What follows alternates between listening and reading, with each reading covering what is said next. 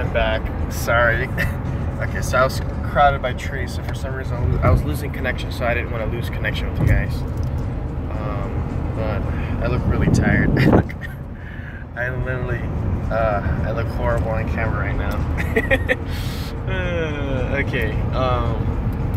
But yeah. Anyway, so I forgot where I was. I think I was talking about my friend with Parkinson's disease.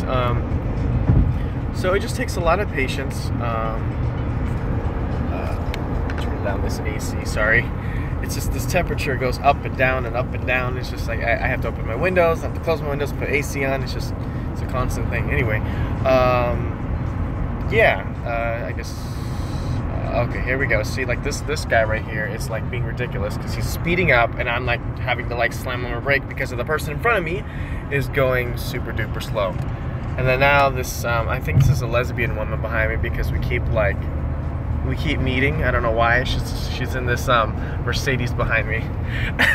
She has a rainbow flag, American flag on the back, the right side of her car, and I have a kind of a rainbow strip in the middle center of my back window.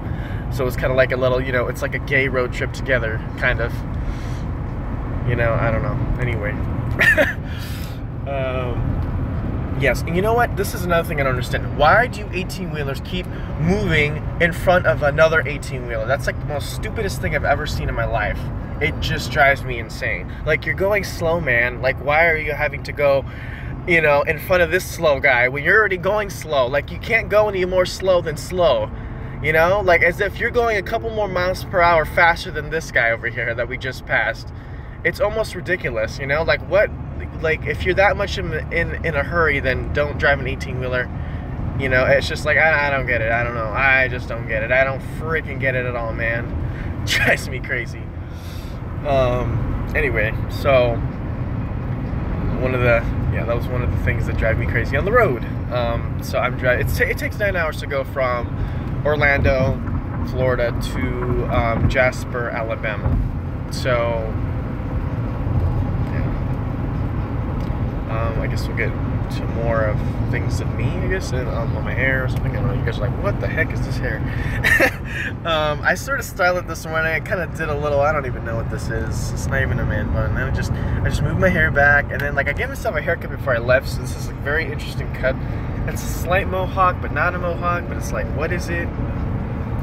It's very, very interesting. But,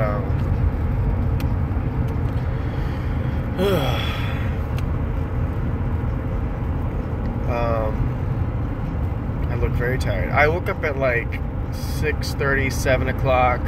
Then I got ready, got all my stuff together, and then I gathered all my stuff, and then I headed down for the free breakfast thing at the, I think it's called the Sleep Inn or something like that. It was a very nice hotel, actually, to be honest. I couldn't complain at all. It was a very nice hotel to be at. Very nice, new looking. It's very nice. Anyway, oh yes, that's right. I was going back to the part of the paint guy. It's driving me crazy. So like I'm literally paying. Let's see here, how much is the paint? The paint job total is $7,000 or $6,900. He's sort of like penny pinching with me. He never even mentioned at the beginning. So he's telling me now that painting the rims is separate than painting the body, and I'm like, are you serious? Because like my Volkswagen, my 68 Volkswagen, I paid $1,000 for that paint job. It wasn't the best, but it wasn't the worst. And like the rims came with it. It's like part of the car, man. It's like, what?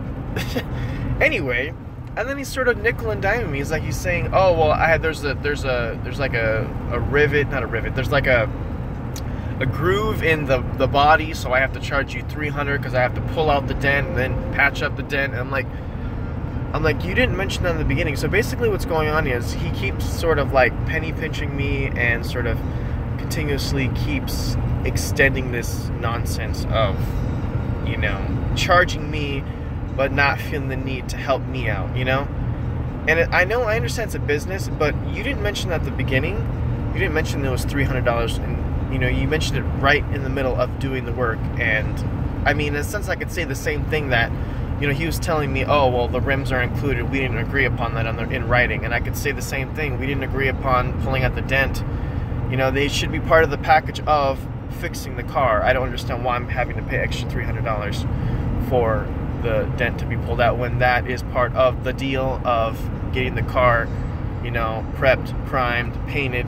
It's like, it's just becoming a little ridiculous, this guy, and this is the reason why I'm sort of really kind of done with this kind of guy, because he's just kind of like taking me for a ride, literally, even though the engine's not in the car.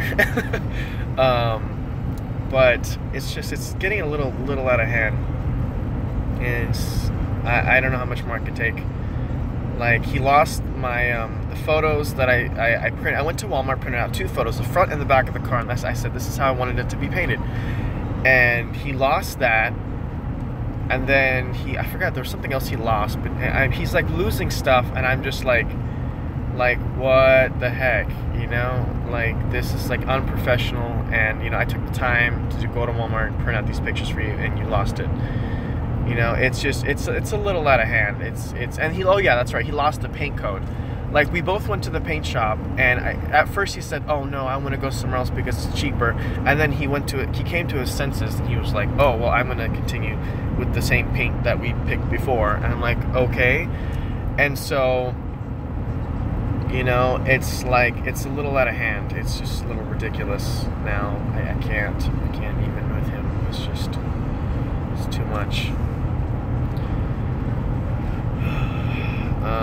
But yeah, that's pretty much the update on my life right now. Just a paint job. I mean, it's like he said he would be done by the beginning of July, and it's already mid-July. So, I'm just like, do you want to get paid or not? Because, like, I have the money in cash, but you don't, like, either you don't want to do it, or you're trying to find more reasons to upcharge me, or I don't know what his reasoning is for not finishing this paint job when he said he was going to. I mean, in between he did say that, oh well, if I have other projects to do, I'm going to focus on them. But regardless, it shouldn't take 2 months to paint a car.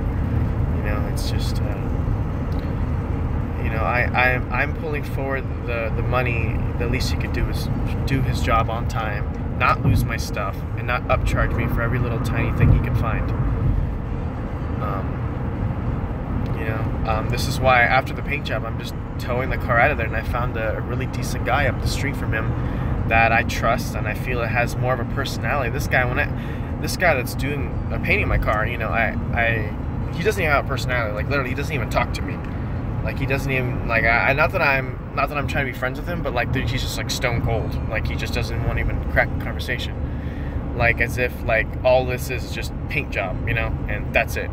Like, there's no, like, there's no, I'm not, this is not like, this is like, it's not like I'm going to a restaurant, I'm asking for personality here. It's like, literally, this guy doesn't even, like, look at me, doesn't even talk to me, just, like, basically, we went to the paint shop, didn't even look at me, didn't even, like, oh, did you get the paint? Okay, that's the one you want? Okay. And, like, and then he said he lost that picture. Like, we both took pictures of that paint code and everything, and he lost it, apparently. I'm just like, are you, like you lost it? Like, and then, like, I have it on my phone, but it's no problem. It's just, I don't like how he's handling this whole scenario with my car and the paint job. Alright, so I think I will end this sort of talking vlog thing. Okay, I will talk to you guys soon. Have a great day. Bye.